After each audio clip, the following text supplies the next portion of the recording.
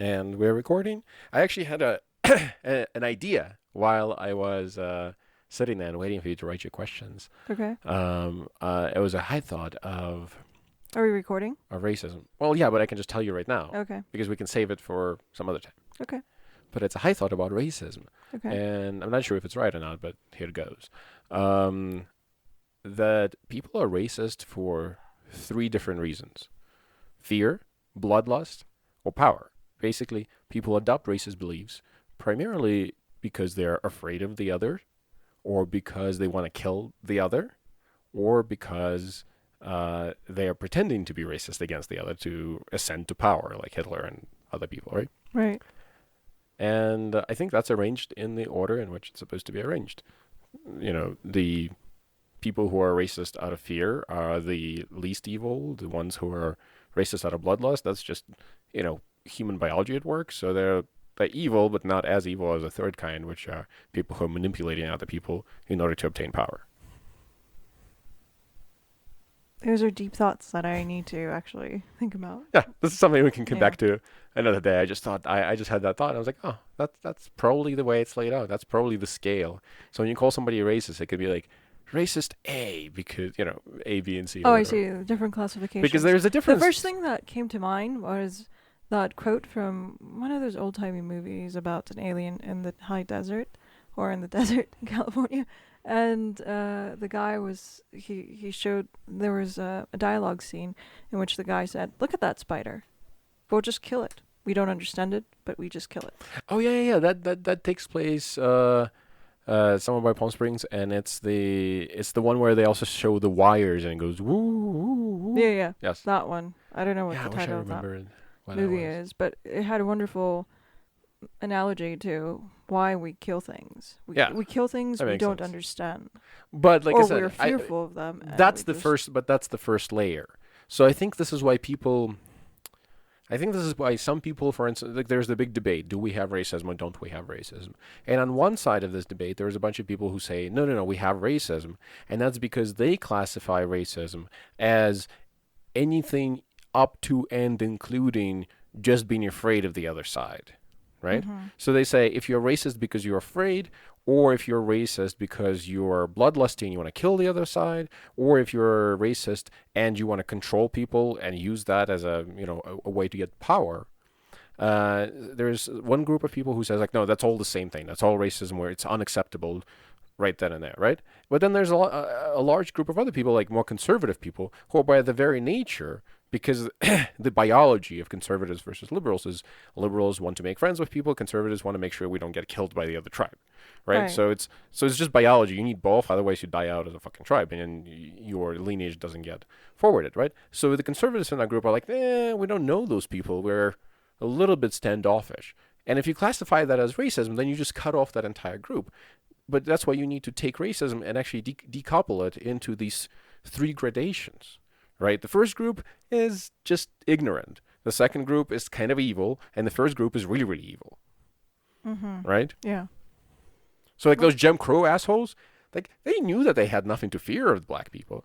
They were passing those laws not because they were afraid. They were doing it for power. They were doing it for bloodlust, right. right? Those people who were those assholes who were like lynching and killing black people, they were doing it for bloodlust. But then there was probably a sizable number of people in the South, just like regular white people, who were like they were racist, but they were racist in that way where they're not evil. They can be changed. You can Right. you can Right. fix the Right. ignorance, and then they So won't be they're racist. just prejudiced by the propaganda that the loud people have distributed, They're used by and the they're others. indifferent, and therefore they're indifferent. Yeah, they're indifferent and afraid. Yeah. That's what it really is. Right. And I'm not so that's not a justification. That's just a way to see it. And because here's the thing, we can accuse people all the time, but then that's kind of pointless unless you also fix the problem. So what I'm saying, to fix the problem, you have to reach you can't reject the first level. You have to reach the first level and then pull them to your side. Right. What was that guy's name? The one that Tom Sawyer, Huck Finn. I read Huckleberry Finn. Huckleberry Finn. When he was helping the slave, I don't know what his name is. I don't remember. Escape. Nigger John. escape, he had this thought process in which he was like, I'm gonna go to hell because I'm helping a black person because it's technically stealing it. Or This, whatever his name is. yeah, this guy used to belong to this widow Mary or whatever, and I'm committing a sin. And he was like, but uh, able to reason that, It's wrong to like allow even a black person to die at that point. right, yeah, Yeah, which is a great book. It's an educational book that literally educated people in the South who, or just people in America who may have not thought that way before. That is the way it should be. That we should. I mean, it should be much better than that, of course, right? We shouldn't have slavery and all this other stuff. But he was showing people of his era how to not be as racist as they were, right, in that right. book. And what's fucking preposterous, and this is why I said Nigger John before, is because they banned those fucking books from schools. They did. They did. In these fucking social justice warrior cults in these cities, they banned the books that actually cracked the kind of like The understanding and the reasoning that brought the understanding. or at least the very public, the questions that you should be asking in public to start the public discourse, the public discussion of these topics. Yeah, and they banned it Yeah. because it has nigger in it, which is a word, which is a shitty word that was used to a Negro to insult people all the time. In the Russian language, it's just negr. And it's Yeah. not insulting in any particular form. That's just like, you refer to white people as Caucasians. Yeah. In exactly the Or same white people. in exactly the same way. Now, but I can understand if if people find it insulting, right? And I can Yeah. understand if a large proportion of America, maybe a large proportion of black people, say, no, we think it's insulting. We think that people will use it as a slur towards us and only do it like when they want to upset us, basically. And I can totally relate to it because it's the same thing that we do. We have like a pet name, but then when you're angry at me, you use my real name, and I'm like, no, because I know that I know it's just my name, but I know you're using it in an evil way. Right, and that's the black people. That's what they're saying. They're saying, no, I don't want you to say that word because when you're saying it, a large proportion of you fuckers will say it that way. They won't say it in the way we say it, right? And I get that, but you can't ban fucking books as a result of that. Yeah. And especially books that educate people on how to not hate. You're literally fucking up your own cause. Yeah. Those books are so good too. Anyways, let's move on. Well, they're in the Let's- public domain, so they can't erase these books. Yeah, But it's just like, oh. The public school system is a perfect way to introduce children to this sort of interesting thought processes, Yeah. or ideas, interesting ideas. Yeah. Anyways, let's get started with today's And podcast. let me make one more thing clear. And it's an important thing about that specific thing, because I read these arguments, and I think these are bullshit argument about that. Because people say, well, why can't we modify and update the book, right? Huckleberry Finn or Tom Sawyer. Like, why can't we update the books and, take out slavery out of it and, whitewash the... Like, do you realize, like, these are the same people who will bitch about whitewashing history, and they want to update these books to erase slavery from them. It destroys the entire message of the book. Seriously? Yeah, if you just make... again, I think it's Jim, but I may be wrong. It's Jim. Yeah, okay, it's so Jim. if you just make Jim just a guy who is helped, like, it's a nice story, but it destroys the message of the fucking book, that this kid is helping somebody who is, like, by society is viewed as just garbage, and he's helping him and risking his life to help him because he's not garbage, because he's a human. Yeah. Ah. It's I don't know. It's a very wonderful book. Anyways, that's it. I'm done. It just made me angry because I read that like a couple of days ago, and forget it. Yeah. Were those books recently banned? I don't remember. It's in Portland, happened in Washington somewhere, one of these school districts, yeah. Because some of them trying to modify it and erase, the N-words out of the thing, and others just banning them outright. I do remember something about that when I was growing up, maybe in the 6th grade, whenever I saw then Tom that's Sawyer. that's when they had the whole whitewashing of it. Or however you call it. My blonde white teacher in her 30s was like tiptoeing around the N-word, Okay, well, I mean, it's okay if they erase it from the book. That's fine. I mean, just like they do the little asterisks for fuck, they can just do that. I mean, it's fine. Like, if that makes people happier for some reason, if you don't understand how symbology works, then it makes you happier, do that. But, like, don't change the meaning of the It's goddamn strange book. because black people still call themselves niggers. Well, I explain it. That's the thing. When they know subconsciously in the back of their head, they know that if one of them says it to the other, they mean it in that, like, friendly way. Kind of like in England, you can call somebody a cunt in a friendly way, right? But if a white person says that, like, probably I don't know how often Okay, it I will get be it. like, I but it get will it. be in the you fucking piece of shit who's a garbage of earth type of way. So Yeah. so it's the same words, but the context matters. Yeah. So I understand even the pain around that. I just think to make it easier for everybody, I think we should just kind of say, it's just a word we're not saying. And then we just want, like, nobody's going to say it. And then we'll be done. I think it'll be easier for everybody. But honestly, it's like, it should just be a word and fuck it. Judge people based on how, I mean, especially as a society becomes less and less racist, which I think it is going in that direction. Even though people will argue to the contrary. I think in another generation or two, this shit will completely disappear. We'll be replaced by other problems and other hatreds, because it's just like South Park. Shit never ever disappears all the way. Or the lemurs from Madagascar. Yeah, the Lemurs of Madagascar, King Julian, like, highly recommend, one of the better shows. But it never goes away. We'll just start hating somebody. We'll have a new hatred. We'll have a new form of racists. Right. It's always like that, unfortunately. But I think this particular one is going to die out soon enough. Anyways, Hopefully. let's get back on track and start today's podcast. Yes. All right. Hello. Yes, this is podcast number 2. Yeah. And we're going to talk about COVID and how COVID changed America. So I think to start off this conversation, it's important to note the date. Oh, yeah, what is the date? I think it's July 19th, 2020. So we approximately know what the date is.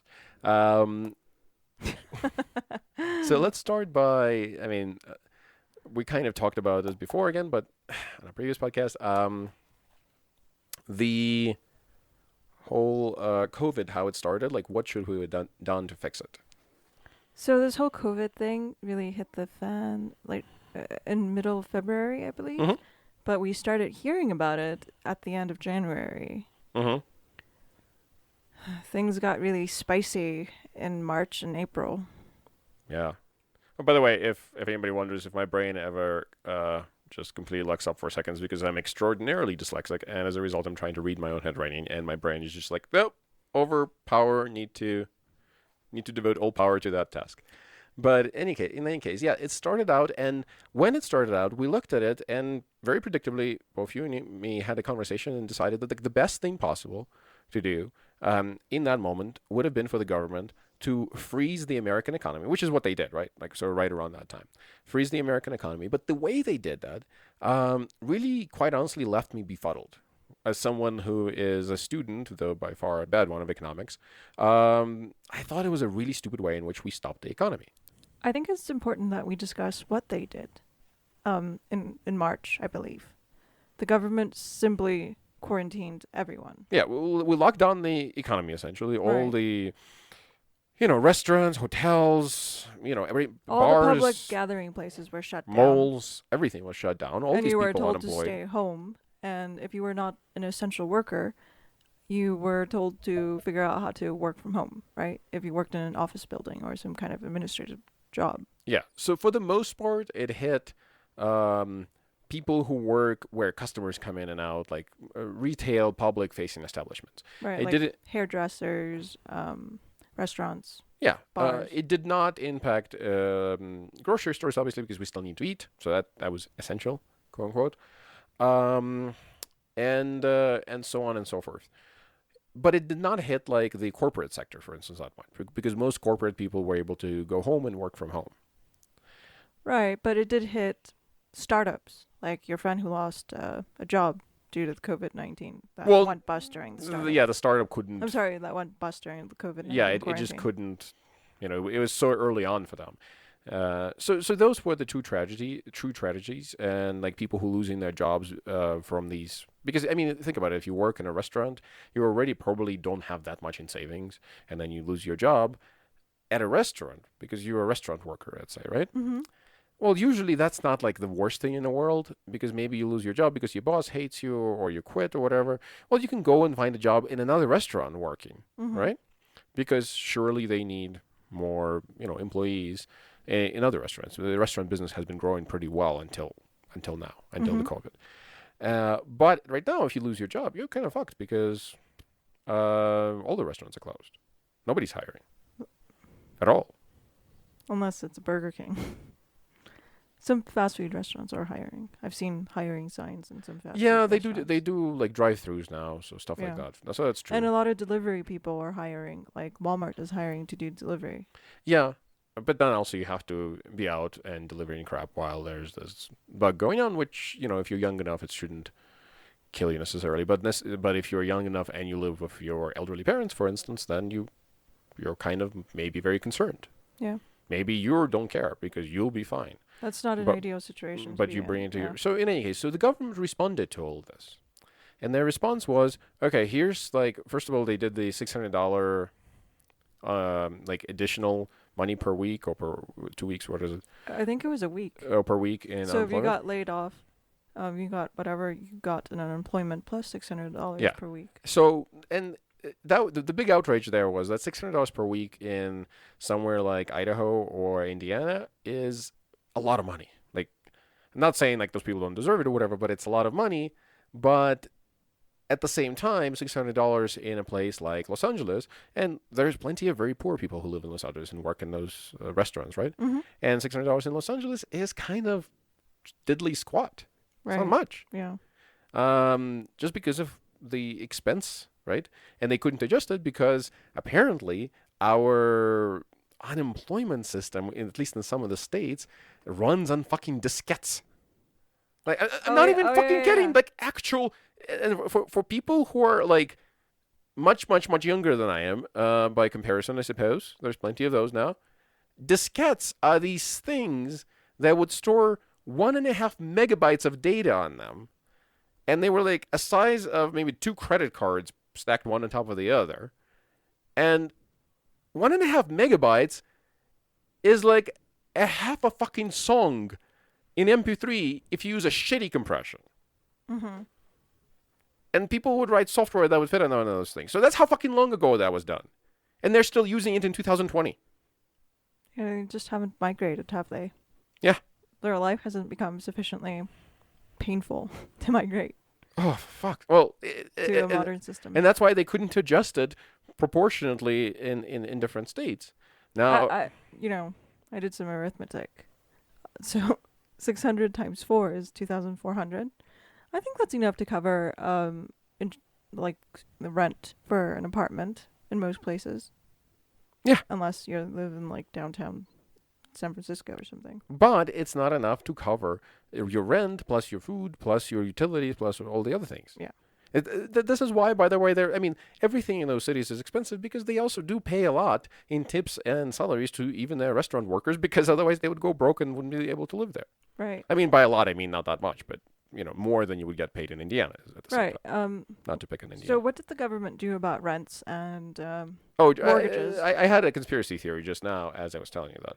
I was thinking like, what if everything about this whole $600 is a lie? And the only reason they did it that way is because Donald Trump wanted to prioritize the middle of the country and give them more money because they vote for him, and jib the coasts because they didn't vote for him and he hates them. I think we need an investigation and an impeachment over that. Okay. Anyways, go ahead. What did the government do about mortgages if you lost your job and you couldn't pay your mortgage? Okay, What did they do about that? so we might as well talk about mine. So and then Well, I'm just setting up the scenario so that you can talk about how you think we should have fixed it. how we could have Yeah, dealt with the so COVID. this is something I played around with the numbers, and I came up with basically if we because let's lay out what the problem is. The problem is that for regular individuals, if you just stop working, right? Like let's say we just decided to freeze the economy, and every business that doesn't need to stay in business, basically we're just to stop, right? But let's say we stopped everything, so not just the business income, but also the business receivables, money coming in, and business billables, like money going out, right? Okay. We freeze So everything. that gets a little complicated because No, no, no. Yeah, all yeah. of a sudden, you still need to buy food. And how do you buy food? Maybe on a credit card, and you still need banking to Yeah, yeah, happen. yeah, yeah. You still need to find, but you're getting ahead of us, Okay. right? So those, if you took a business and you just froze it like that for not that much, like let's say 2 months, right? Okay. I mean, 2 months is a lot, but for 2 months. And in 2 months, you reopen the business, nothing accrued over those 2 months. So financially, you would just like, as if you hit pause, and in 2 months, you hit go, right?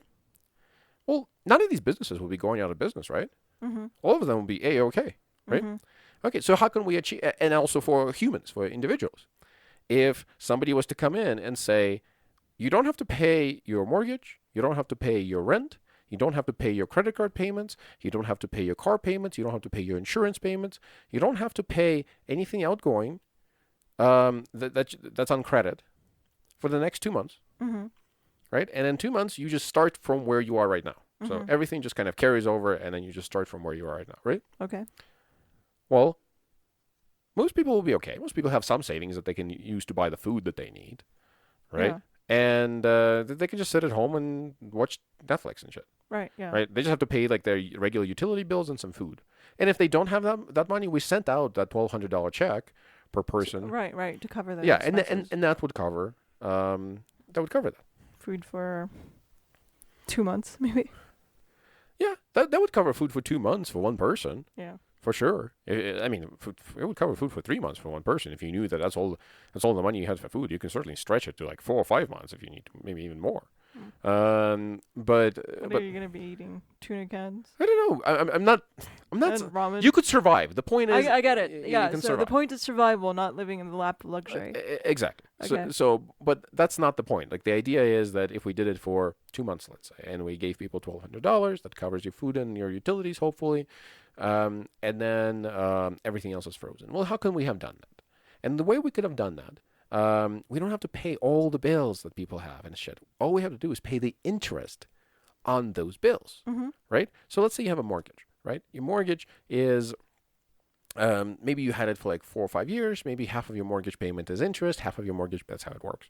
And half of your mortgage payment is principal, right? Mm-hmm. Well, the American government, could have paid the interest portion of that for 2 months Mm-hmm. and basically pushed the principal down the line. You have to pay for the principal, and you'll pay for it later on, Mm-hmm. right? At the end of your mortgage premium, at the end of your mortgage term.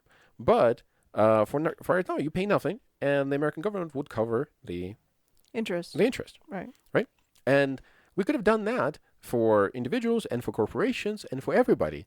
And that whole package, because people will be like, "Oh my God, that's too much money." The whole package, if you take in Everyone's mortgages. everybody mortgage, all public debt. Everyone. Oh, okay. I'm sorry. All All pub- private debt in America adds up to about $53 trillion, right? Okay. The interest payments on that for 2 months, I think I calculated to be somewhere, depending on, because it's going to be different mix of interest rates, Mm-hmm. but it comes out to about 250 to $500 billion. Wow, that wh- doesn't make. That sounds like a lot. No, I was gonna say that doesn't sound like a lot on $53 trillion.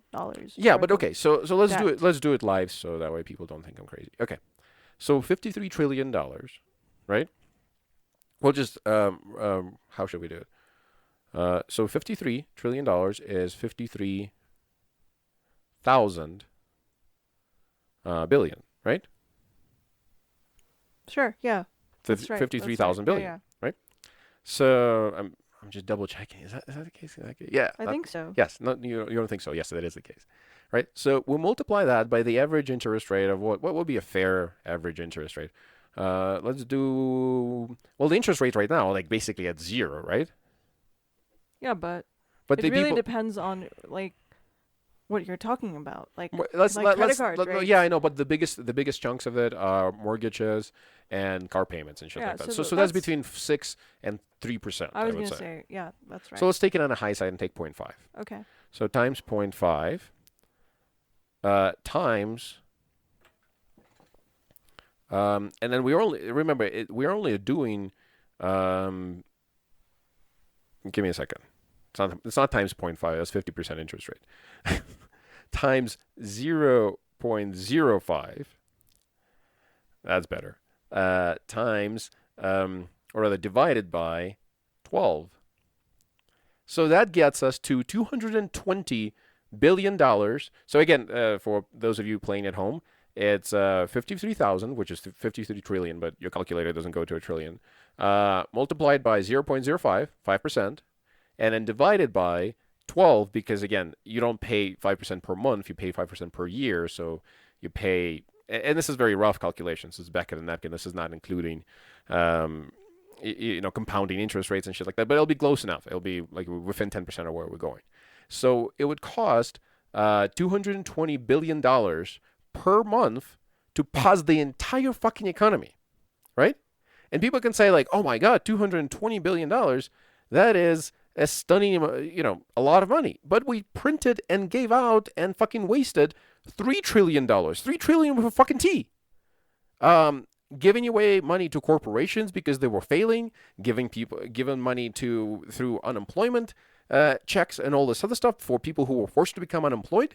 This would have been about 440 billion for 2 months, or if we had to stretch it to 3 months, it would be 660 billion. But still, it would dwarf, or rather, it would be dwarfed by the amount of money we wasted printing it out of the Federal Reserve. Oh my gosh. That makes a whole lot of sense. Yes. Anyways, But now we're in a pickle again, since a lot of states have closed. And that means that some people are out of employment, can't go back to work. well, okay, but again, the beauty of this plan is we would be able to shut down a fuck of a lot tighter than we did before. Oh yeah, If I guess a lot of this money, I think it was 2 trillion, not 3, but who knows, um, was given to large corporations. Yeah. And those corporations are like how much money they got is a secret number. Yeah, And it will be a secret until after the but election. but in here November. here's the thing. Here's the reason why this was such a brilliant fucking plan. Because we would need to bail out those corporations. The ones that would fail anyway, and they would fail and fuck them, right? But the most of the healthy corporations who would only fail because of the pandemic, right? Mm-hmm. They would be able to close their doors, reopen it 3 months later, and restart. And yeah, sure, they'll need to get back to chooching at full speed and getting their corporation working again. But they won't accrue any interest payments and any bank payments in that period of time. So that means that as a result, it would be very difficult, but it will be possible to just literally pause most American corporations that can't social distance for 3 months completely, Mm-hmm. and by that I mean also retail stores like Home Depot. Everybody, just I guess I could tell everybody, sit the fuck home. Go to the grocery store, pick up food. Maybe just organize food. Like, the government should have just gave fucking people. Like, that's too communist. But anyways, go to the store, pick it up, and deliver it. Right. There are some essential workers that would still to work, but we could have closed up a lot tighter for a shorter period of time, for a much shorter period of time. But it's enough to kill off the virus. Right. What about just instead of quarantining and closing everything down, just demanding that people wear masks? Was that a viable option to stop the virus? It wasn't. Well, we see. Oh, do you know? Well, no one knows for sure. Right? Well, everybody is a Monday morning quarterback, as they say in this wonderful country, and everybody wants to kind of be like, "Oh, this, we could have just worn," and I think so. I think we could have just actually worn masks. But you have to remember this plan that I'm detailing, and also the way our government reacted. So they're not as stupid as they seem, in the rearview mirror. Or none of these countries are, right? Because at the time we didn't know what works and what doesn't work. We knew that this virus was primarily spread through exhalations, through coughs, Mm-hmm. right? But first of all, we didn't have enough masks, Mm-hmm. like at all, which is hilarious, because most of them were made in China, of course. But the second part was that we actually didn't know if it passes through touch and excretes through your skin. How bad is it? And now we know that actually it's very hard to get sick from it if you just touch it. Mm-hmm. You should still obviously you should wash your hands all the time and blah, blah, blah. And what you do is you shove it in your eye, your hand, and you rub it nicely into your eye. And that's how it gets into your body. It doesn't get through your hands. Your hands are actually a pretty nice membrane that prevents all kinds of crap from killing you. Well, skin protects us Yeah. against foreign invaders. Yeah. So it has to get into your nose or into some kind of mucousy tissue for it to actually start to reproduce. But we didn't know that at that time because some viruses are extremely virulent. Even if you just touch them, they don't go through your skin, but they just literally like you just brush against your face and boom, you're sick, right? Like measles has an incredible transferability rate by touch, and we didn't know if this was going to be the same way. I don't know the medical terminology for it, but we didn't know if it's going to be transmissible by touch very much, right? So we had to react the way we did. I mean, it was understandable, right? But now we know a little bit better. We know it's not as infectious by touch as it is by with masks. So now we know that technically, if everybody wears a mask, we probably would be good to go. Right. So if we paused mortgage, or rather loan payments, and we paid, and the government paid interest on all these loans, how would we deal with like a virus that takes longer than 3 to 4 months to propagate through your population? Well, Like we're still in this situation where on August 8th, I believe, the forbearance program and the additional help to unemployed people is going to end. yeah, I think maybe they want to extend. I don't know. I think they did extend it a week or two from the end of July to August 8th. I see. What's going to happen then? Because we're now in a situation where a lot of bars and a lot of restaurants are already closed for a second round of. Well, in my situation, we wouldn't have to have the second round, by the way. And you have to remember that the really frustrating thing about it, and people will, make up all kinds of fucking excuses because, again, I really despise the person in the White House, and I think he's politicizing the situation quite a bit.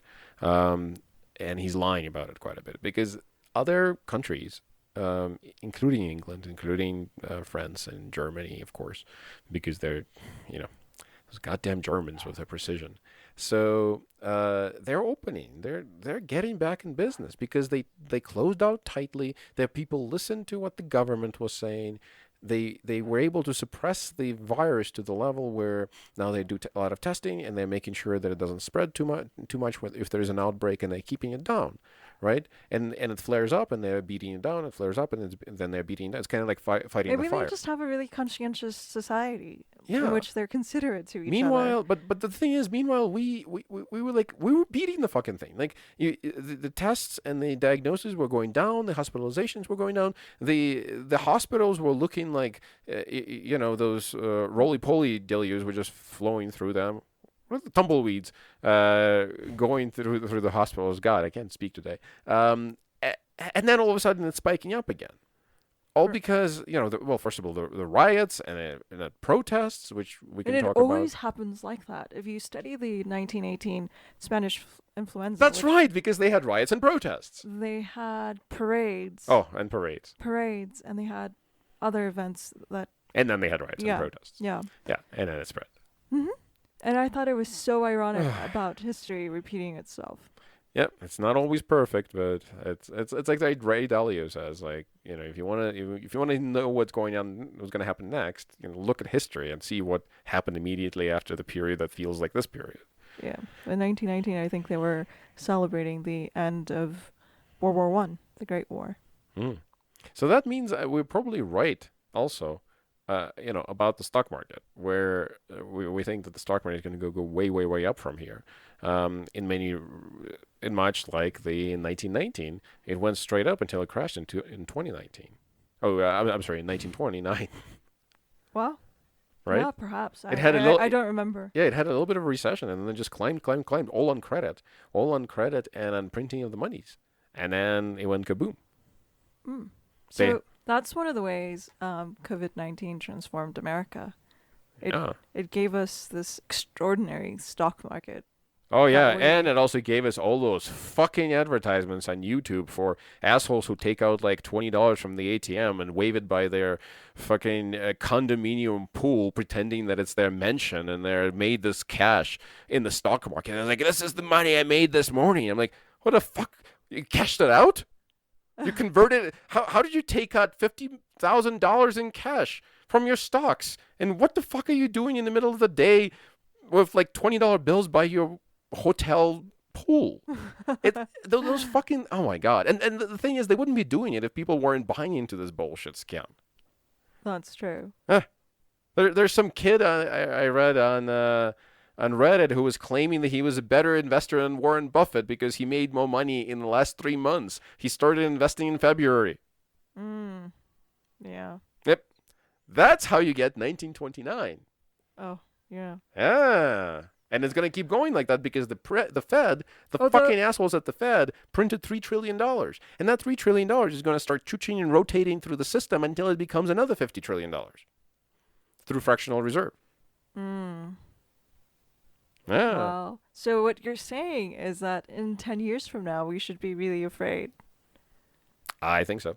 Not necessarily 10 years, too, because you have to remember, things are moving quicker here than they did then. They've ever moved in the past. So right. you can't rely on specific timings, I think. But if you if you can just get past that period. You just have to be careful. Like when you... Things will get better. Yeah. Unless they don't. In which case you're like that Thanksgiving turkey that thinks he'll live forever. Oh yeah, the turkey. What is it? The turkey fallacy. We should tell the listeners about the turkey fallacy. Yes, please tell us. Well, you brought it up. No. It's something I like to remind myself. Yes, the turkey fallacy basically is that if you're a turkey and you're born, and when you're born, the farmer continues to feed you. Yeah, the farmer comes, and every day the farmer opens your little cage and throws you some food and pets you and feeds you. And you're like, ooh, the farmer is my friend. And like every single day this happens, the hypothesis that the farmer is your friend is being reinforced over and over and over and over again. And one day maybe a fox breaks into your coop, and you're like, oh my God. And then the farmer comes in and heroically shoos the fox away and you're like, oh my God, the farmer is really my friend, right? And then you continue building this notion in your head, and then one day your cage opens and the farmer reaches in and yank goes your throat, and you are now the Thanksgiving snack or feast. Turkey, yeah. And that is the turkey fallacy, that just because things kind of been normal for a long time, doesn't mean they're always going to be like that for a long time. Like the 1980s, the 1990s, the 2000s, 2000, like in 2008 we had a little bit of a strife, but until now it was been kind of calm, right, and collected. But before that we had strife in America, and we had disagreements, and we had these revolutionary tendencies, and it's kind of headed that way again. So we can't buy into this turkey mentality. A lot of us, myself included, have not lived in America. I lived in other parts of the world which were quite strifey, but in America I haven't lived through the period of strife. But that doesn't mean that it's not coming. Yeah, we were just talking about this yesterday, right? About how previous generations lived with the idea that there was boundless resources that they could consume. Oh yeah, well, and yeah. It turns out that that's not true. Mm-hmm. We have limited resources, and if we want, the future generations to enjoy life, we need to be careful with our consumption today. Well, I think because a lot of people look at that, and a lot of people tend to dismiss that, like, you're just one of those tree huggers, aren't you? I'm sure trees will be here 1,000 years from now.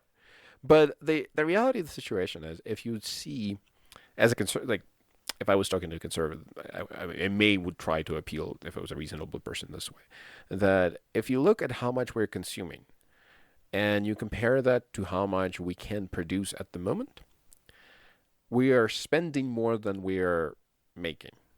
If you do in economics terms, right? Mm-hmm. We're putting out What more. do you mean, like, in terms of what? So we are putting out more pollution into the atmosphere than we are taking out. Okay. We're cutting down more trees than we are replanting. Mm-hmm. Right? We're exploiting land and not allowing it to heal. Mm-hmm. We're basically living on a credit card. Mm-hmm. We're saying we haven't made the money yet, but I really want that red toolbox, and I'm going to put it on a credit card. Like that's what we're doing basically. And then we're hoping that it's not going to be our turn to pay. Mm-hmm. So what I would say is we shouldn't. So the lefty commie way of approaching it is like, oh, everybody should live in a mud hut, and then as a result of that, the earth will heal, right? And then that's stupid. But the appropriate way to think about it is to say, we should make sure that our level of luxury and abundance corresponds to our level of technological achievement, Mm-hmm. right?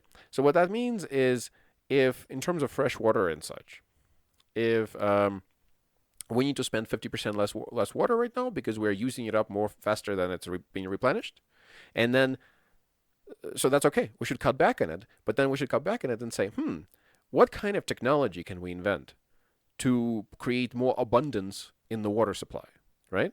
Because right now, because if and so if you don't So want, if all of a sudden you have to invent recirculating water technology. yeah, like for instance, you like to take a 40-minute shower right now, while you're using like 100, 200 gallons of water, right? Uh-huh. I don't know how much water, at least 100 gallons. So that's a lot of fresh water. That's just like thrown away into nothingness, right? Right. We're thrown away into the ocean, And essentially. in California, we don't have any water. Yeah, and we have very little water in California. But so let's say somebody says, oh no, now you have to spend 4 gallons per shower. You can't spend more than 4 gallons, right? So, oh my God, now you can't take your 40-minute shower, right? Well, if you listen to one side, they'll say like, no, it's it's evil and capitalist or bourgeois or whatever. It's capitalist and evil because it's communist talking to take a 40-minute shower. Nobody should have that, right? And then there's the other side who'll be like, I do what I want to, blah blah blah. The typical idiot on the right. And and the reality of the situation is that you should spend as much as you can create at that time. So maybe what you do is you take those 4 gallons and you have a system installed in your shower that just keeps recirculating the water, cleaning out the water, disinfecting it with ultraviolet, what is it called? Light. Mm-hmm. Like intense ultraviolet light, filtering it out. It can even do cool features, like for instance, inject the soap directly into the water, so it just has stages. It tells you stories while it fucking massages you back with a thing. Like like you innovate and you make the technology better. You don't restrict yourself with saying we're just not going to have abundance in our life. No, no, no. What you say is we're going to limit ourselves to what we can produce currently, but we're going to artificially create abundance through technology, through innovation. And that way you stimulate innovation, you stimulate business, you expand the economy, you make everything fucking better. Instead of saying, no, we're just going to do it the way we did it for the last 50 to 100 years and hope for the best. And if it doesn't turn out to be the best, oh, fuck the future generations, I'll be dead by then. Fascinating. Humans are really good at figuring out how to create abundance because living without sometimes is not an option. Yeah, and that's the beauty of it. You create artificial restriction where you just push it down a little, not a lot, but a little bit, so it's in line with what we can do now, and then what we can do now grows to accommodate what we want. Mm-hmm. It's like, artificially, I don't know how else to put it. It's just like we stimulate our own economy that way. Mm-hmm. Cool. Anyways, let's talk about how COVID-19 has transformed America and how it will transform America further in the future. There's a lot of people who think that we can go back to normalcy as soon as this whole COVID situation is resolved and as soon as we have a vaccine and as soon as, well, those two would be Yeah. good enough, right? Yeah. If we have a vaccine, or an antibody that works. or a treatment, Yeah, like a treatment, because the reality of the situation is, right, that most people get it and they just kind of recover from it without any serious side effect whatsoever, Mm-hmm. right? Some people recover from it, but have a lot of morbidity, meaning like they get really, really sick and they get damage to their lungs and to their spleen, to their organs, and it's bad. To their heart, I think. And to their heart. And their tummies. And brain. You get brain The damage brain. now. Yeah, you get can- dumber. well, Some of not- us can't afford that, Not all. Some individuals experience some of these. Yeah. So you get the slew of morbidity. So it's no joke. But if we had a treatment that can work with it, as soon as it becomes more serious, then you get sick. Cough, you recover, you're fine. But then if you get sick and you get really sick, you run to the doctor. They give you the treatment. You get better. Boom. Right? Mm-hmm. That's what we need. So we need a treatment or we need a vaccine, right? Right. And according to Dr. Fauci, Anthony Fauci, the lead CDC guy, that usually takes about a year to get a vaccine. That's like if you're really expediting year and the a half, process. So that's why I'm hoping on a treatment more so than a vaccine. But they've never made monoclonal antibodies in large doses. Well, again, we just talked about that thing about innovation. Maybe this is the thing they'll push. And a cool thing about those, so there's this treatment that they can do, Monoclonal monoclonal antibodies. antibody, and though that is really amazing because what it does is it allows you to fight a bunch of different diseases all at the same time. Mm-hmm. Um, Not obviously using the same antibodies, but you can create custom antibodies for all kinds of different diseases. So if we ever invent that, so I think the future of medicine is definitely in hacking the immune system, yeah, like with drugs.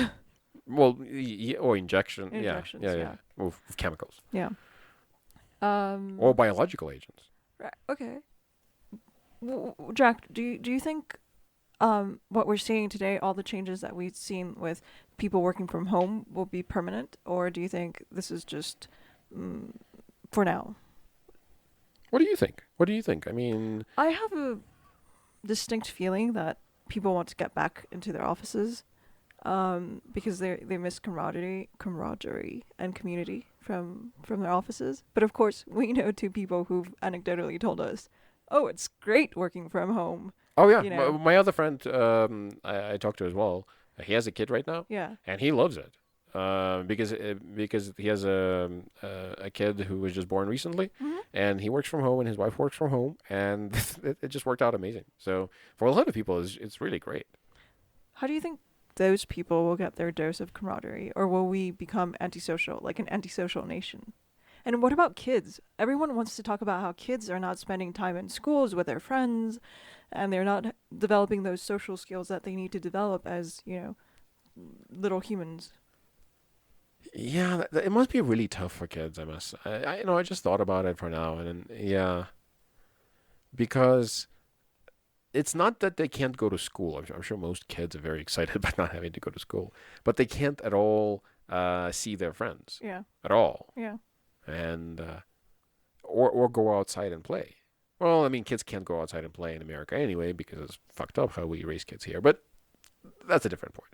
But they can't hang out with their friends, and they can't go to parks. They can't go. I mean, they can. I guess they can go to parks with their families, but then they see kids playing on things, and they can't go and play on those things. Oh, must Well, a be. lot of playgrounds are closed. Playgrounds are closed. Oh, that's a good point. So if you're a kid and you live in a city, Yeah, oh, that's sad. you can go on walks Yeah. I mean, of with course, your kids nowadays parents, probably voluntarily spend most of their time playing video games and on on their tablets. phones and tablets. Yeah, Yeah. or on screens of whatever kind.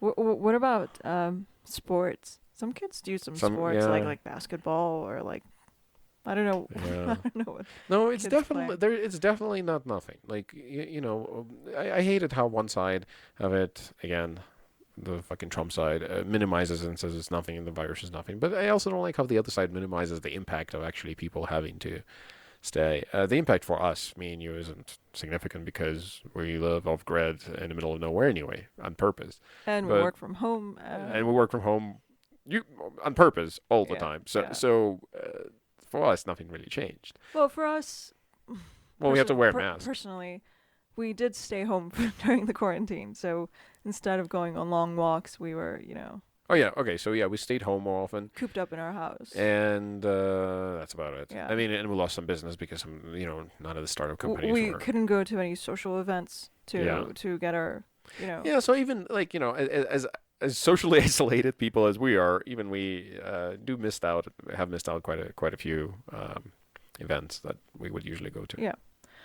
Do you think that generation or kids that are going through this will remember this as a formative event in their lives? I think so. It's kind of like the kids who grew up with 9/11 kind of remember the 9/11, but this is way worse because it's way long. It's not as tragic, but well, actually, it's much more tragic, I guess, in some ways because it's way more people, just not all at the same time, dying. So I don't know, however you equate that, but maybe it's not as evil. Let's put it that way. But it could be worse. Like the kids could be like seeing their mom and dad die. Yeah. You know? Well, for them, yeah, and then the other thing is you locked up. You don't know. Like as a kid, you don't really understand what's going on. You just kind of understand what's going on from your parents. Mm-hmm. And actually, to be perfectly honest, I'm surprised how I don't know what's going on a day-to-day basis usually, because the government, like the Governor Newsom, makes all these announcements, And I don't know how they spread because I'm online and like I don't know. I don't read the news, I guess, that much. I Anyway, know. I've always wondered, like if there's so. no official channel of communication anymore in America, is there? Yeah, there's no BBC News. Oh, BBC News is also really annoying sometimes, Yeah, but they're they have a lot of white guilt. yeah, but they're more reliable than most. Yeah. But our news networks are very biased, Yeah, and biased is quite. and biased in such a way where sometimes they just want one important story. So if it doesn't Yeah. match their Right. ideology, Right.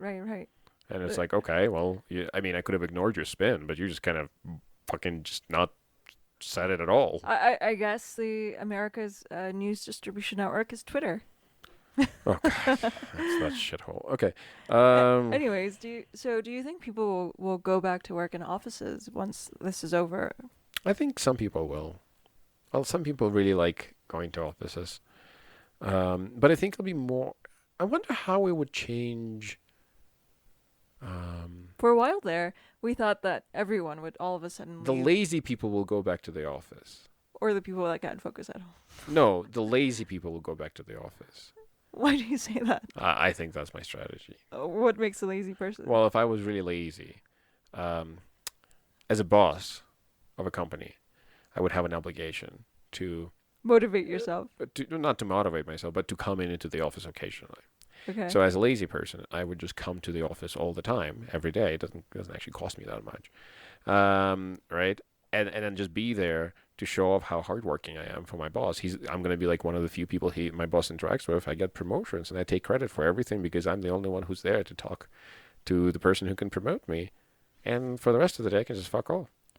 Right. Well, those people, yeah, they stay at home, but they actually have to do work. Mm-hmm. Hey, that has a Strategy. that has a curious effect on real estate. First, it means that commercial real estate buildings are going to be empty Uh-huh. and therefore need to be repurposed, and apartment buildings will be in higher demand.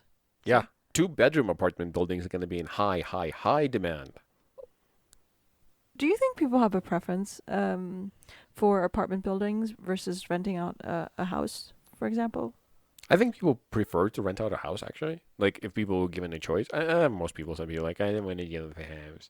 But most people are like, they would prefer a house. Yeah. Especially if they have kids. Yeah. For sure, they want a single family house. Mm-hmm. So now, like, for instance, if So I should really get into this real estate game, shouldn't I? like if 4-bedroom houses were, I don't know, what was it? Would it be like 3 or 4-bedroom houses that would be popular? I guess 3-bedroom would be popular, right?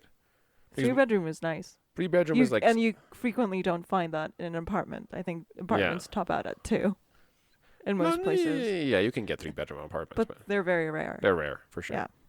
Yeah. But you can get like a 3-bedroom, like for instance, if you have, so I guess everything will just shift because basically everybody will need an extra room essentially. Yeah. So I think the prices for houses with 4 bedrooms would probably go up. Prices for houses with 3-bedroom would probably go up not as much.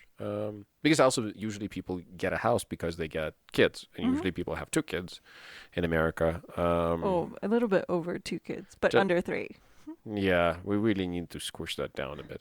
I'm a big believer in shrinking the human population, by force or by preferably not. So we can all enjoy that wonderful abundance Yeah, of recirculated water. Yep. Basically, a hidden communist, who wants to destroy humanity. Anyways, Another way that COVID-19 has transformed America is it has shown the division between people who are considerate and inconsiderate of others. It really shows people's true colors. And I don't think everyone understands why we wear masks.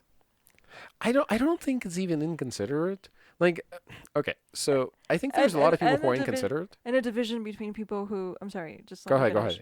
finish, who think this is a hoax versus people who are taking this seriously.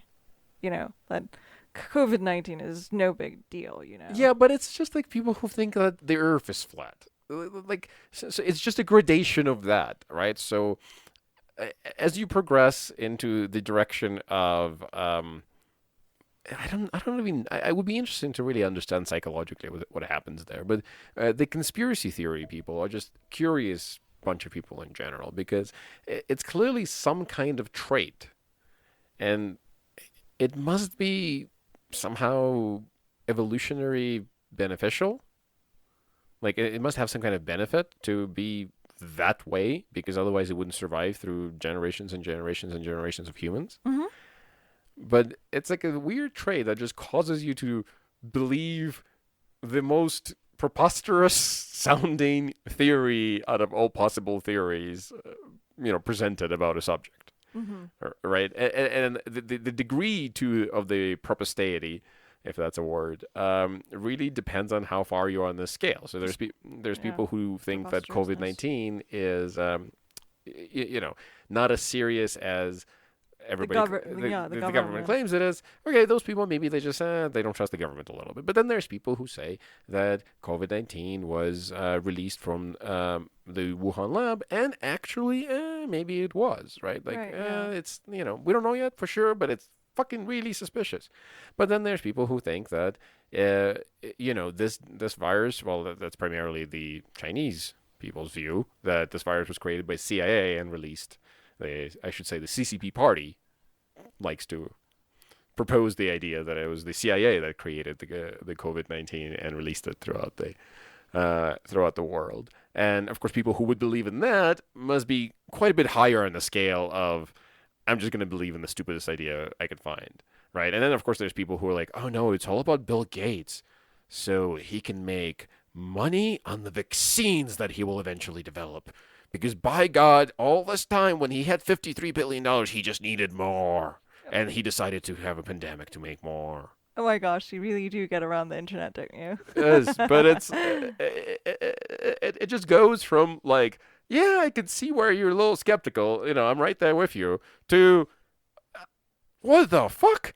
And then sometimes you don't know where these people are because you'll have a person who'll be like normal, normal, normal, normal, normal. Oh, Bill Gates is making $10 million from vaccines, therefore he's clearly caused the pandemic, and he's not making 10. I don't know. The whole story, by the way, is really idiotic because what happened is what Bill Gates said in one of the interviews. He said that by investing $10 billion into some kind of program, and I honestly don't remember what it was, but it was something. They were able to reap $210 billion of rewards, not monetary rewards, but rewards in the sense that it would have taken $210 billion to stop that disease in the past. And now, by putting this money up front, they were able to kind of save so much more money on the back end. Mm-hmm. It's kind of like, fixing diabetes when people are slightly overweight, so that way you don't have to pay for their food amputations later on. Oh yes. So it's it's the same concept, right? Right. And then people took that and flipped it to Bill Gates makes $210 billion. From this situation. Yeah. Wow. That's very enlightening. Thank you. Okay, so another aside. I wonder what percentage of Americans have faith in the government. Is it like 50% of Americans believe what the government says and the other 50% are suspicious of anything the government says? I think it's a mix. Meaning, I think the amount that people believe, the amount, how much people believe in what the government is saying, it depends on who is saying it, meaning is it like their party or somebody else's party, and do they agree with the idea or not? And I think most people kind of believe what the government says. They definitely believe whatever their party says, and they kind of believe for the most part that they wouldn't just outright lie, even though a president does. But other government officials lie too. So, yeah, and many other government officials lie, and the leaders of the party also lie for the Democratic side, and it's just, oh my fucking, and all of them are so fucking old, it just pisses me off. And it's not that I hate old people, but they're like retarded old people, and I know that's not a politically correct word to say, but they're senile. Senile, oh, there you go. That's the correct word. Senile. Oh, senile as and they fuck. depend on their assistants too. No, I saw this Help them one. navigate. I think it was on C-SPAN where the guy didn't know where he was. Literally, he's like, what room am I in? And the little assistant has to run to him and from like underneath the podium, basically, like, and just puppet him and be like, "You're in this meeting. You're voting yes." Right, Ah, right, I right. don't even remember Oh who it my gosh, was. that totally reminds me of like the doctors in Palm Springs area. Oh, okay, yeah, like where, yeah, in Palm Springs area, if you ever go to a doctor, it's some dude in his 90s, and all the work is done by their assistant, and it's just the guy sitting in the back rubber stamping shit. Like, I don't even understand. Or like their assistant hold their hands while they're doing shit. Yeah, it's crazy how people don't retire If and California has a medical board, they better investigate some of this shit. These people are killing. Well, well, everybody here is 90, so I guess it's, you know what? It's a really good place to be a really shitty doctor because nobody's going to look twice. All of your patients are basically on death's doorstep as it is. Nobody, yeah, oh, look. maybe this is why they all come to retire in the desert. And then kill each other, Yeah. but not on purpose, obviously. Anyways, let's move on And to. before, we get found out and sued by the Palm Springs Association, this was our experience with uh, an individual doctor and some stories. So, yeah. Yeah. What about the stock market and consumer prices? How have those changed, and how do you think they will change in the future? Because there's plenty of talk about inflation and deflation. What is it? Is it deflation or inflation or a combination of both?